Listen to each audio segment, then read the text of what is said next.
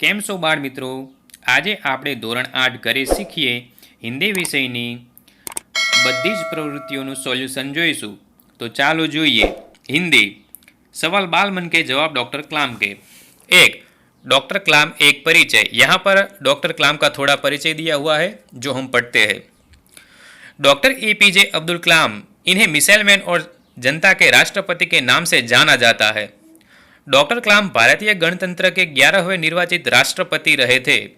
2002 से 2007 तक अबुल पाकिर जैनुल अब्दीन अब्दुल कलाम मसूद्दीन इनका पूरा नाम था। भारत के इतिहास में पहली बार कोई वैज्ञानिक राष्ट्रपति बने। डॉक्टर कलाम न सिर्फ एक महान वैज्ञानिक और एक प्रेरणादायक नेता थे, बल्कि एक अद्भुत इंसान भी थे। उन्होंने जिनके साथ भी काम किया उनके दिलों को जीत लिया। उन्हें कड़े संघर्ष के बाद सफलता मिली थी।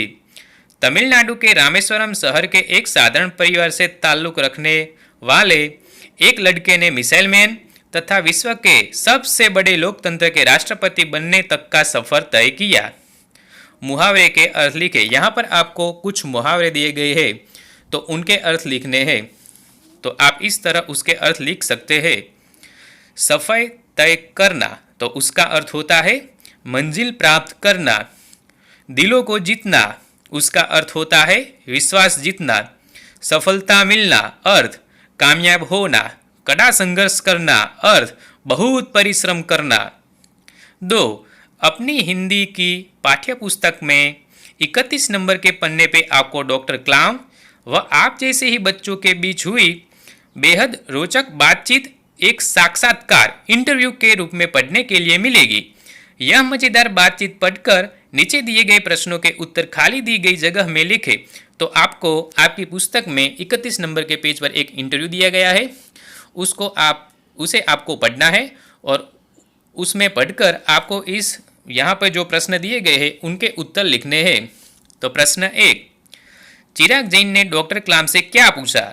उत्तर, चिराग जैन ने पूछा कि आज देश के सामने सबसे बड़ी समस्या क्या है? डॉक्टर कलाम ने उत्तर दिया कि भारत को सन 2020 तक एक विकसित राष्ट्र बनाना और 1 अरब से अधिक नागरिकों को सुखी बनाना है। आज देश के सामने सबसे बड़ी चुनौती यह है। 2, भाषा के विषय में डॉक्टर कलाम ने क्या बताया? उत्तर, डॉक्टर कलाम के अनुसार कॉलेज की पढ़ाई मातृभाषा में होनी चाहिए।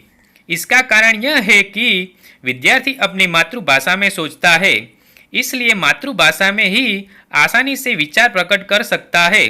फिर भी विश्व के दूसरे देश से संपर्क करने के लिए अंग्रेजी का ज्ञान आवश्यक मानते हैं। 3, नीचे दी गई रूपरेखा के आधार पर कहानी लिखे। यहाँ पर आपको एक रूपरेखा दी गई है, उसके आधार पर आपको कहानी लिखनी है। तो इस रूपरेखा के आधार पर आप इस तरह कहानी लिख सकते हैं। एक बहेलिया था। एक दिन उसने अपने खेत में जाल बिछाया और जाल के ऊपर अनाज के दाने भी बिछाए। फिर वह दूर जाकर बैठ गया। अब आकाश में से कबूतरों का झुंड दाना खाने के लिए आया और बहेलिया ने जो जाल बिछाया था उसमें फंस गए।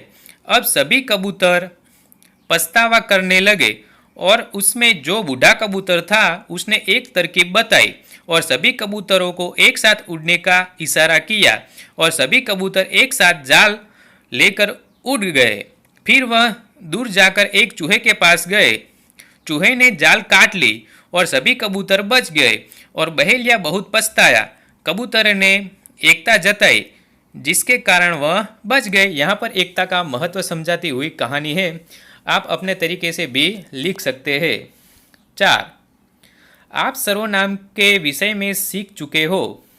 निम्नलिखित परिच्छेद में से सर्वनाम ढूंढकर उनको रेखांकित करें।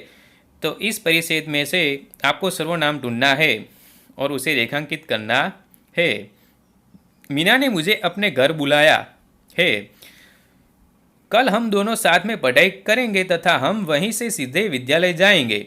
हमारी शिक्षिका ने हमें एक विशेष कार्य सौंपा है। वह हमसे यह कार्य कल पूरा कर देने की आशा रखती है। बीना और मैं इस कार्य को लेकर अत्यंत उत्साहित है। तो यहाँ पे सर्वनाम है जो नाम की जगह पे उपयोग होता है।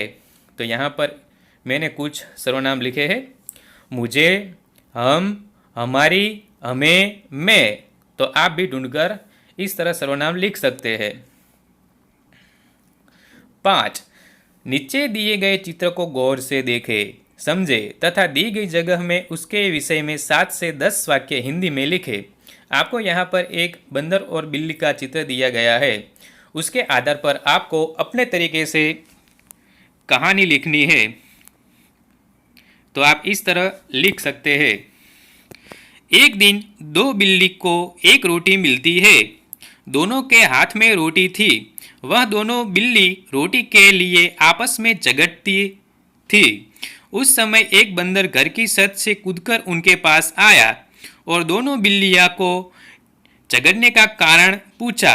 तब बिल्लियों की बात सुनकर बंदर ने कहा, पहले इस रोटी का वजन करते हैं, फिर आपको बताता हूँ कि क्या करना है इस रोटी का।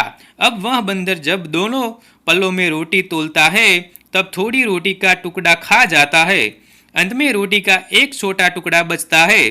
तब बंदर ने कहा कि इस टुकड़े से आप दोनों का पेट भरने वाला नहीं है, इसलिए इस टुकड़े को भी मैं खा जाता हूँ। इस तरह दोनों बिल्ली आपस में झगड़ते रहे और बंदर पूरी रोटी खा गया। तो आप इस तरह लिख सकते हैं। जो તમારે બીજા વિષયના પણ સોલ્યુશન જોતા હોય તો મારી ચેનલને લાઈક, સબસ્ક્રાઈબ અને શેર જરૂરથી કરજો. Thank you.